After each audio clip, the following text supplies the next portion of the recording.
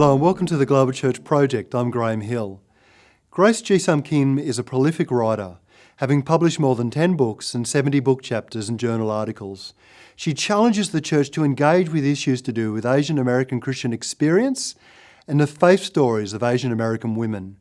Her work on the social and religious experience of Korean women immigrants to North American culture has received wide acclaim. Grace Jisam Kim unpacks theological and cultural riches to be found in Asian American and Asian American feminist approaches to faith and theology. She shows how Asian notions of wisdom and the Spirit can communicate with Christian ideas today, and she challenges the North American church to move beyond patriarchal and colonial and repressive forms of faith and theology. Welcome to the Global Church Project. You've said that traditional Euro-Western theologies fail to nourish the soul of those who don't have a Western background or who are immigrants into Western countries. What do you mean by that? Well, anyway, let me say thank you for inviting me. I appreciate being invited into this project. So I think for so long, for over 2,000 years, theology has been Eurocentric.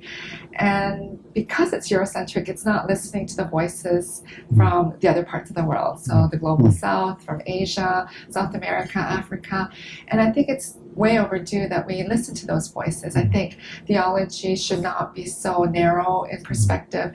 It has been so patriarchal in the past. So I think we need to hear women's voices. And once we allow the different voices to come in, it really enriches the theology. So I think it's important that we kind of have this global perspective, have women's voices and people from all over the world join in so that we can understand God. You know, God is this infinite being, and as finite beings, we can't say we understand God fully.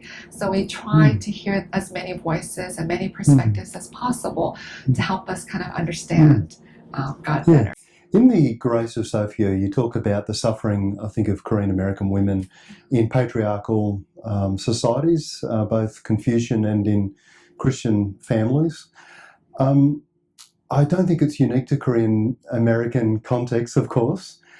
How do you see patriarchy working in the church today?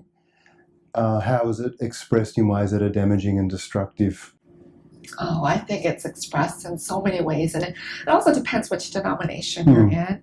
But even the progressive denominations, it's expressed through language where the church is a little slower to adopt more inclusive language.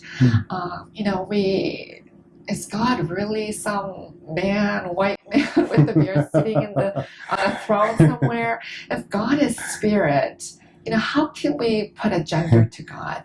So the language is still there. I think we also withhold women's leadership in the church. So we still have denominations that won't ordain women into the as teaching elder or as pastors. We don't do that. So and then we have those denominations that do, but even in those denominations there's always patriarchy exists, and it's kind of so embedded that people just don't think it's still alive, but it really is, and it's a big struggle for many women in many ways. How do we start to deal with some of that in the life of the church today? Well, as I said earlier, language is very important. Language determines our thoughts and how we perceive the world. So I think one of the steps is using inclusive language, being open to different languages, understanding that, God loves both men and women, created both men and women. Jesus had women leaders with him. It was a woman who first went to visit the empty tomb. There are all these signs of how women have been at the beginning of the church, the growth of the church. So we need to allow women leadership, and I think that will help both the men and the women in the church. If we get rid of women's leadership, right now, I don't know how it is in Australia, but in the United States, there's more women in the church, more women membership than men. So we can't deter the women. They're going to find some other ways to express spirituality or religion. So we have to embrace what women have to offer, and we have different gifts than men. And hopefully that way we can start dismantling patriarchy and sexism within the church. You've just watched an abridged version of this interview. For the full interview, plus resources for churches and colleges and universities, please visit www.theglobalchurchproject.com. I look forward to your company next time. From me, goodbye.